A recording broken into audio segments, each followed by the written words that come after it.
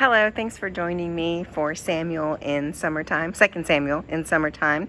Today is Saturday, June 5th, and this is the 5th chapter of the second book of Samuel. In this 5th chapter, David becomes king of all of Israel. The different tribes and the elders of the tribes come to him, and he makes covenant with the people of Israel, and they make covenant with him in return. And so because of this mutual covenant, David becomes the king of all of Israel.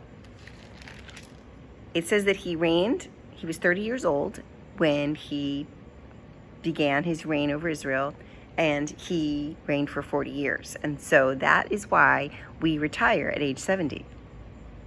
I'm just kidding, I made that up. But it makes for a good story. Wouldn't that be interesting if people could say that?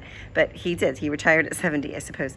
At Hebron, he reigned for 7 years and 33 years in Jerusalem. And you may ask, we haven't heard anything about Jerusalem yet. Where's Jerusalem? What's Jerusalem? You know it's coming, but right. So David makes Jerusalem the capital of Israel in this time. And so, could you tell me what? Oh, it's still the capital of it? Oh, okay. So that's it. This is a pretty significant thing. And it describes, how they have to kick the Jebusites out. And these are leftover indigenous people from Joshua. Didn't knock them out when he fought the Battle of Jericho and he came into the promised land. They were still there. So they had to kind of make a fight against them. And the Jebusites, they taunt David and they say, even our blind and our lame won't let you take our town.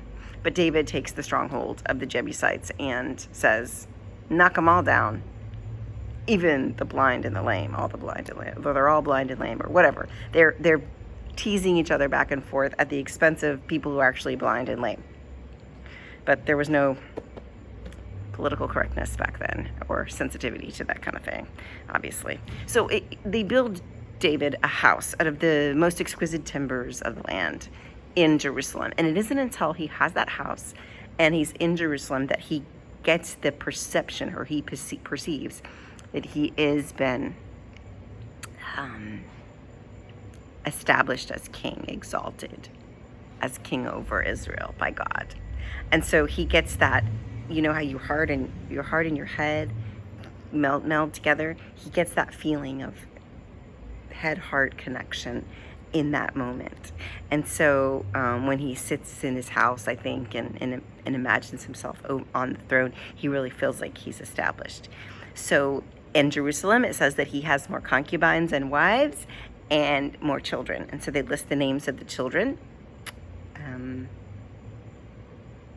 Lots of names. And then the Philistines get wind that David is in Jerusalem. Oh, I remember David. He killed Goliath and a lot of us along the way. And he fought with us a little bit, and then he didn't.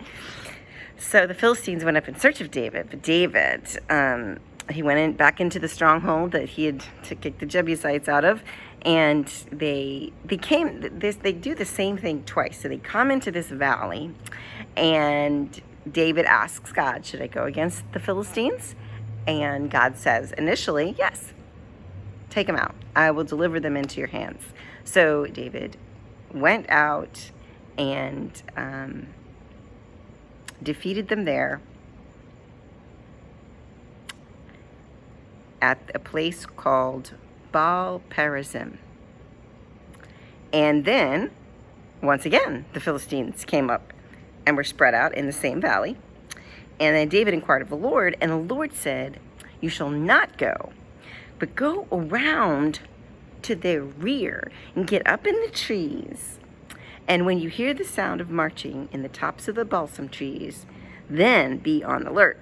For then the Lord has gone out before you to strike down the army of the Philistines. And David did just as the Lord commanded him, and he struck down the Philistines from Geba to Gezer. From Geba to Gezer. That sounds like a great title for a film about David. Interestingly enough, this is the beginning of establishing the capital in Jerusalem. So it is important. And it's important that David still has the same opponents. Those Philistines are still coming after him, giving him a lot of grief. However, as we establish this capital of Israel in Jerusalem, many more significant things will happen.